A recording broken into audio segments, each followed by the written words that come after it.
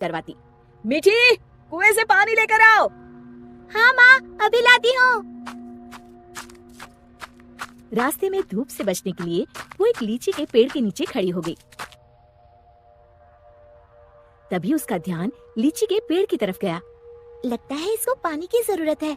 मैं आज इसमें थोड़ा पानी जरूर डालूंगी।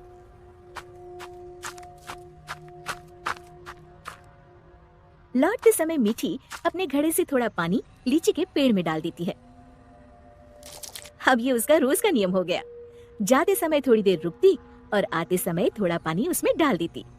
उसी पेड़ में एक चुड़ैल रहती थी। इतना ठंडा और मीठा पानी बड़े दिनों के बाद मिला है। एक दिन चुड़ैल ने सोचा, क्यों ना इस लड़की को दोस्त बनाया जाए। बहुत दिनों से मैंने कोई इंसान नहीं खाया। और वो मीठी की हम उम्र लड़की का रूप बनाकर कुएं पर बैठ गई। क्या नाम है तुम्हारा? मीठी। और तुम्हारा? अम्बी। अम्बी? अम्बी तो खट्टी होती है। तुम मीठी और मैं खट्टी, मतलब मीठी खट्टी। नहीं, मीठी खट्टी नहीं, मीठी अम्बी। दोनों खिलखिलाकर हंसने लगती है। अरे, मुझे तो तुमसे बातें करके बड़ी देर हो गई। और जल्दी से घड़ा लेकर घर के लिए चल दी। थोड़ा सा पानी उसने लीची के पेड़ में भी डाल दिया। चुड़ैल बहुत दिनों से अकेली रह रही थी।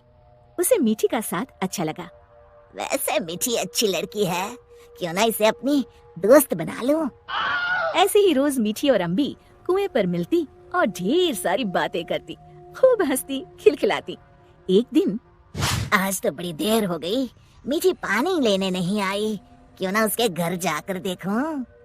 ये सोचकर चुड़ैल मीठी के घर पहुंच गई। वहाँ उसने देखा, मीठी, अभी तक तुमने बर्तन नहीं धोए और पानी भी नहीं लाई। बस माँ, खाना खाकर अभी बर्तन धोती हूँ।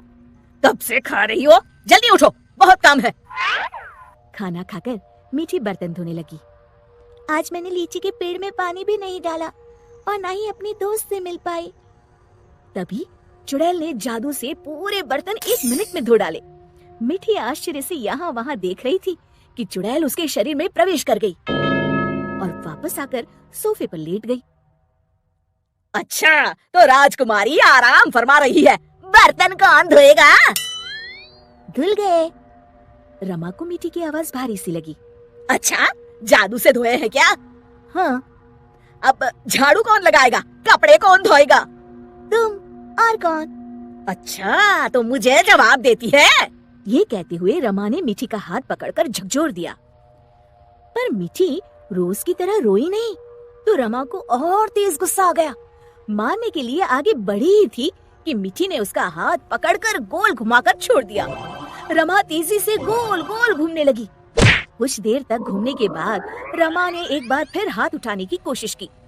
इस बार एक धक्के में रमा घर के चारों कोनों में टकराई और फिर एक कोने में जाकर गिर पड़ी। अब जाकर कपड़े धो। जाती हूँ। वो आराम से सोफे पर लेटकर टीवी देखने लगती है। थोड़ी देर बाद रमा कपड़े धोकर कमरे में आई। जाओ, जाकर झाड़ू पोछा करो। रमा कुछ बोलने ही वाली थी कि मीठी की लाल लाल आंखें देखकर डर गई। लगाती हूँ, अभी झाड़ू लगाती हूँ। इतने में मीठी के पिताजी आते हैं। उन्होंने पहले कभी रमा को काम करते हुए नहीं देखा था। रमा, तुम काम क्यों कर रही हो? मीठी कहाँ है? रमा जोर जोर से रोने लगी और उंगली से इशारा किया जहाँ मीठी आराम से लेटी हुई थी। मीठी, मैं क्या देख रहा हूँ? मीठी के पिताजी उसका हाथ पकड़कर उसे उठाते हैं, पर मीठी को देखकर बुरी तरह डर जाते हैं और पीछे हट जाते हैं। ये देखकर मीठी के शरीर में घुसी चुड़ैल जोर जोर से हंसती है।